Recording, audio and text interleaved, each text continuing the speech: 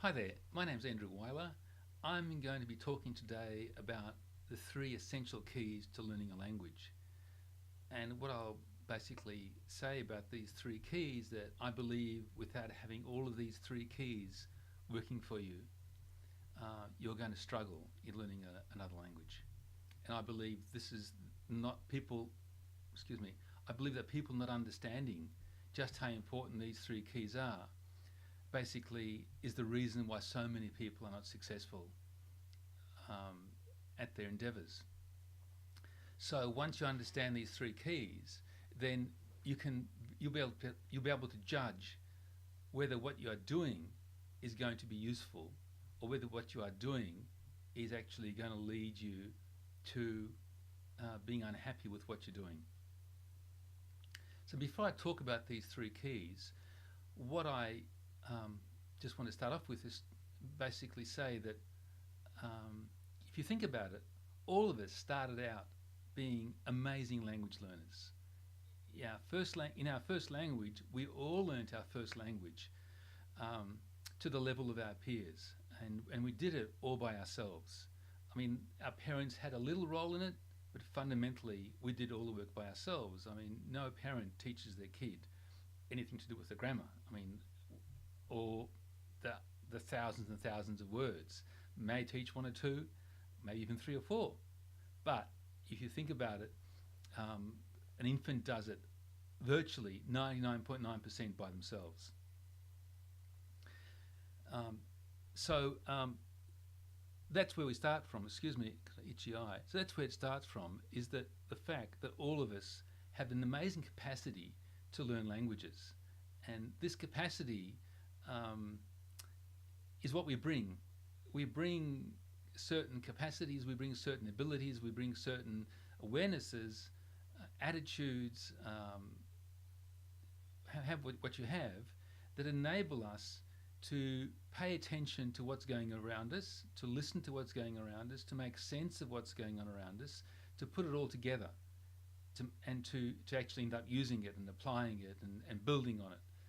It does take us some time to begin with, but as we start with not a great deal, we start with a lot, but not a great deal in terms of language. Um, really, it's not surprising it's going to take us a bit of time. But I want you to consider that we do all of this by ourselves, leading ourselves. No one tells us you need to learn this first or that first. We go about learning what we do.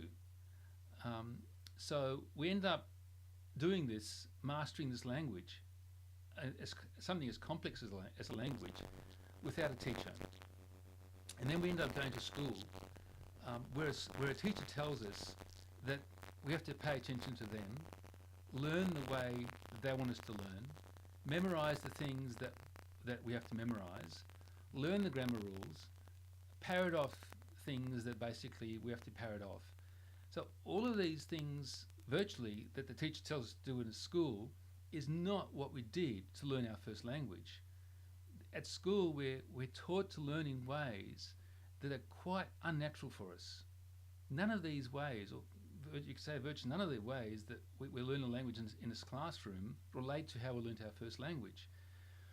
So we go about trying to master learning a second language in this, what I would call, unnatural way, and it's not surprising that so many people struggle.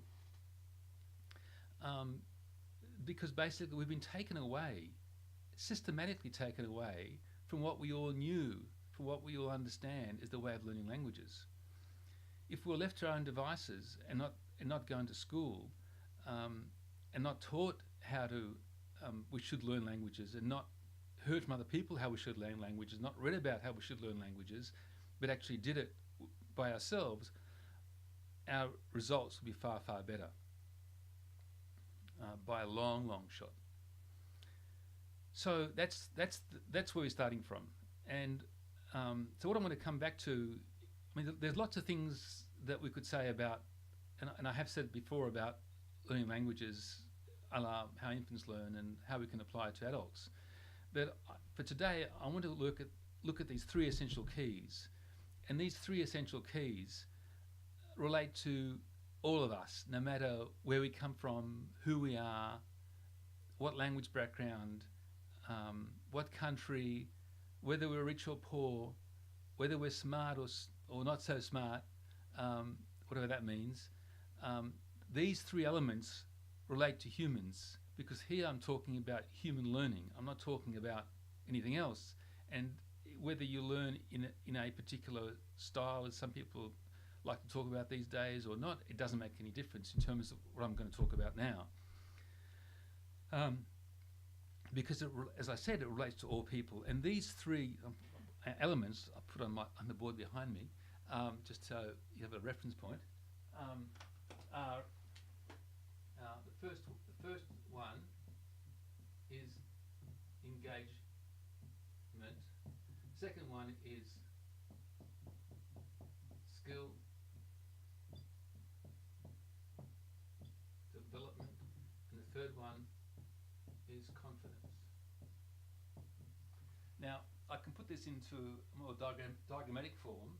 So for the ones of you who are more visual learners, so we have E here, S here, and C here. Engagement, skill development, and confidence. So what I'll explain to you, that without having all three of these working for you at an optimum way, there's going to be troubles in terms of the results that you achieve or don't achieve. So I'm sure all of you, most of you, have an idea of what all of these three terms mean: engagement, skill development, and confidence. But I want to talk a little bit more about them, so we're all on the same page, and maybe there's not sort of differences in how we interpret these three words. And that way we can go ahead and get an understanding that basically will help you in how you go about what you do. So the first one is engagement. So engagement is that feeling that we get when we are drawn towards something and all our senses are at work. We don't want to let go of it because it is so engaging, it is so compelling, it pulls us into the situation. And I'm sure all of you have felt this at different times in your life. A good example, kids playing computer games, video games. I mean, there's nothing that basically can drag them away. And I'm sure parents have tried, and with varying levels of success. Once the kid gets involved in that, it's hard to pull them away. That's a really good example of engagement happening. Computer games, they work. I could talk a lot about this, why it is so engaging. But basically, at a computer game, all of those three things I talked to you about are actually working. Not only is engaging, but there's skill development going on. I mean, you mightn't think much of the skills that are being developed, pressing the fingers and etc. But if you ever tried to play it, you would soon know what I'm talking about. Is there's definitely skill development going on there, and unless you develop your skills, the engagement is not going to continue. And as you develop your skills, your confidence is also going to go up. So those three factors are really a good example of what happens when learning is going well. But even in our lives, if you're not a computer game player, I'm sure you felt that at different times, maybe even in your classroom or in your job, that you felt, oh, this is just amazing. So you just get sort of sucked into it, as it were, and you want to do more of it. You don't want to let go of it. You just feel that this is so, the word's not enjoyable, and it may be enjoyable, but it sort of pulls you in, and your senses are focused entirely on what's going on, and you're not paying attention to anything else outside you. It can be in cooking, it can be in dancing, it can be in gardening, it can be in exploring an area of philosophy. I mean, lots of things can be really engaging, that pulls you right in. And it's not interest.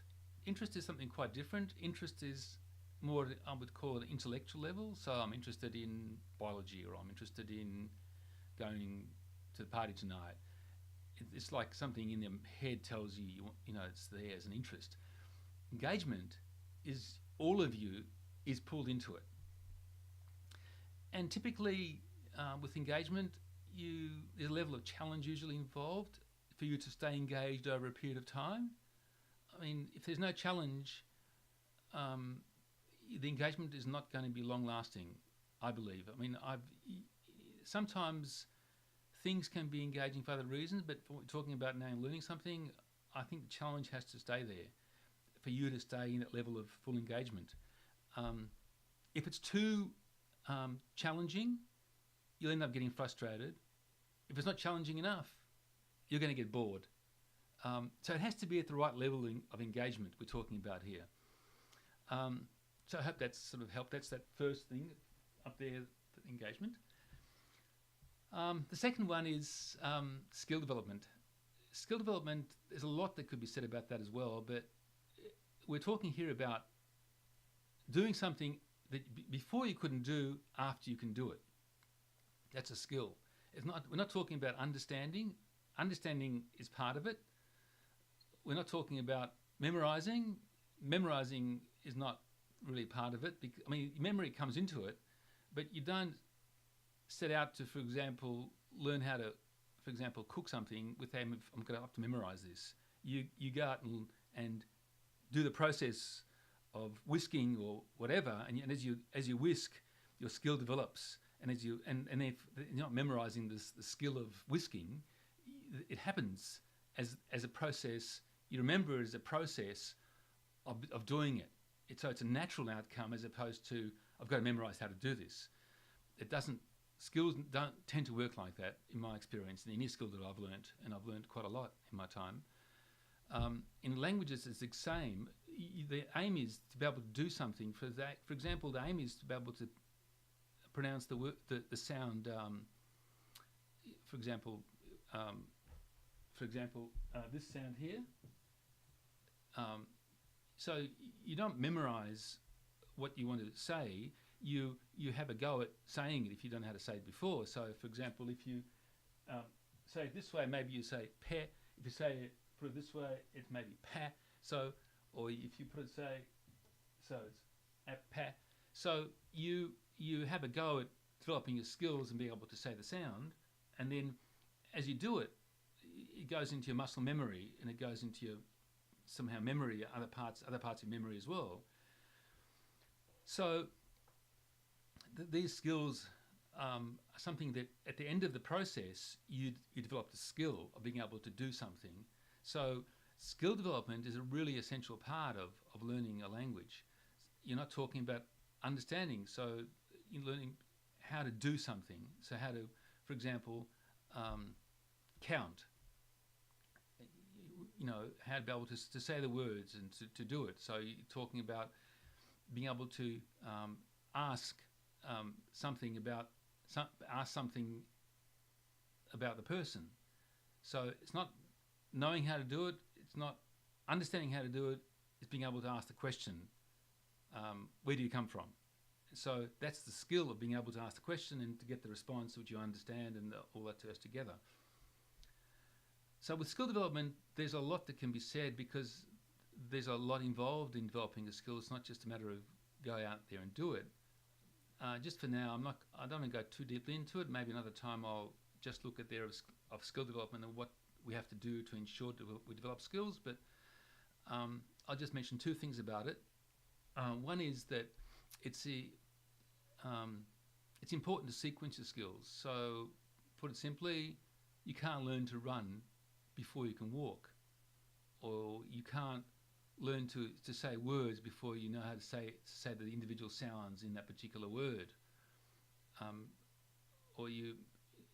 So those are the things I'm talking about. So with anything, with all kinds of skills, there are levels, not just levels of skill of how well you can do something, but the sequence of the skills you need to develop to get to the higher skills. So you've got to master the lower order skills first to get to the higher order skills. So a lot of the time I've seen, and maybe you found it yourself, is that you attempt something that's a higher order of skill that really you can't really master because you just haven't got the wherewithal to do it. And so if you try to do that, the problem then becomes you can then say, oh, I'm a bad language learner. The problem is not you're a bad language learner. The problem is that you didn't master the lower order skills first. So understanding what the lower order of skills are and mastering those is really fundamental. So that's the first thing I'll say about skill development. The second thing is that in terms of developing skills, it's best to focus on skills that will get you the largest return. So, excuse me, itchy nose for some reason. So, an example, for example, with sounds. In English, there are, let's say, 44 sounds, depending on what system you're using. So with those 44 sounds, you can then say anything in the English language. So it's phenomenal. I mean, just imagine learn 44 sounds, and then you can say anything in the English language. So it's a massive explosion that you're able to achieve. I mean, there's a little more involved than that, but that's what I'm talking about. And same with numbers. For example, you learn 10 digits, 1, 2, 3, 4, 5, 6, 7, 8, 9, and the 0, which is 10 altogether, and you can write any number write any number at all up to infinity. Isn't that incredible? It's the same with saying the numbers. It's a little bit different. It's about double that, not quite. And you can write any number in the English language. So that's a phenomenal explosion, and it's the same with words in English. That if you master a few hundred words, really you can say virtually anything. I mean, there are some particular vocabulary and some particular emphasis and things that maybe you'll be limited in, but that's like the cream on the cake. You want to learn those things that will get you the maximum result. So that's another thing I'd recommend in developing skills, is that you learn to focus on those things that will give you the maximum return. Don't spend your time on learning things that only give you minimal return, because you've got limited sort of time and energy, as it were. And once you learn the basics, the rest will just come in really easily. So that's enough for now for the conference. For skill development. So I guess there you can understand. I hope you understand what I'm talking about there in terms of developing skills is so important. Critical thing being, you can do what you couldn't do before. Okay, so the third element, which is equally as important as the other two, is confidence. And confidence happens when you can do something and you can do it easily in a relaxed manner and you feel confident. The confidence is a feeling. It's not a thinking. You feel, oh my God, how good's that? It's great. I can say it so well. So that confidence is fundamentally important. And I think a huge problem that happens with language learners and in language classrooms and all over the shop, as it were, is that people learn a skill, but they don't become confident in it. And so their learning is, I know it sort of, I can say it somehow under some conditions, but you haven't got the confidence. And therefore, you feel like you're treading on, you just feel really uncomfortable about the whole thing. And then the more you learn and you put uncomfortableness on uncomfortableness, and you end up getting, oh my God, this is just too hard. I just don't know what I'm doing. I don't know. And you get this confusion. You get this sort of sense of, oh my God, this is no fun at all. And so you lose the engagement because there's no confidence. If you've got the confidence and skills to developing, and there's more of a challenge there for you to keep going, the engagement will happen. So these three parts interact really closely. And if you examine what you're doing, I suspect, and you're not getting very far, I suspect that one or more of these areas you're not paying enough attention to. And so if you pay attention to that, you're really engaged in what you're doing and you feel drawn towards it and you feel like, oh, I want to do it, I want to get master it, I want to. So you've got this sort of sense about you, and then you work at the level of skill development, so your skills are actually developing and you get them developed to the point where you're becoming confident. These three keys actually feed each other, and it's like a spiral that will take you up. And you'll find that if you work at these, I would suspect very, very strongly that if there's some trouble going on in your language learning, there's something happening in one of those areas, and maybe more than one, and maybe even three. Goodness help us, maybe even three.